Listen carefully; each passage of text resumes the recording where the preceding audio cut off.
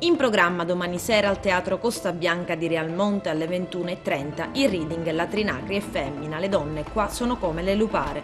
Uno spettacolo adattato da Elenia Costanza, in scena nei migliori teatri d'Italia ma per la prima volta in provincia di Agrigento ed in Sicilia.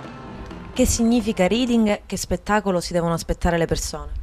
Reading significa leggendo, lo spettacolo è una lettura teatrale, un po' si legge, un po' si sorride, si annuisce col pubblico, si ammicca al pubblico e siamo in tre sul palcoscenico, Lorena Vetro la cantastorie alle chitarre, Anna Piscopo al pianoforte, io alle percussioni e alle chiacchiere. Fondamentalmente lo spettacolo è un excursus tra i migliori autori siciliani e la musica della tradizione che racconta la Sicilia partendo dal grammaticale femminile.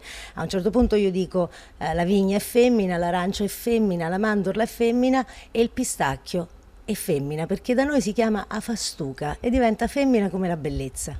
Come nasce questo spettacolo? Questo spettacolo nasce a Roma, alla città del gusto, dove abbiamo fatto una manifestazione che si intitolava Il gusto dell'Italia e ogni mese raccontavamo una regione attraverso la cucina, la musica e la letteratura.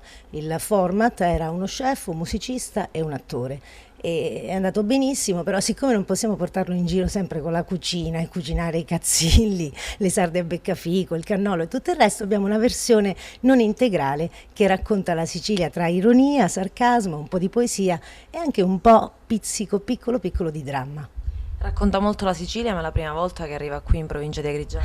Come sempre, come sempre, sì. Lo spettacolo è stato nel Lazio, in Molise, in Calabria, ha girato un bel po' e in Sicilia arriva domani sera per la prima volta. E sono contenta che questo accada anche perché le tre gorgoni che siamo sul palcoscenico siamo tutte e tre di Favara, per cui è bello questo.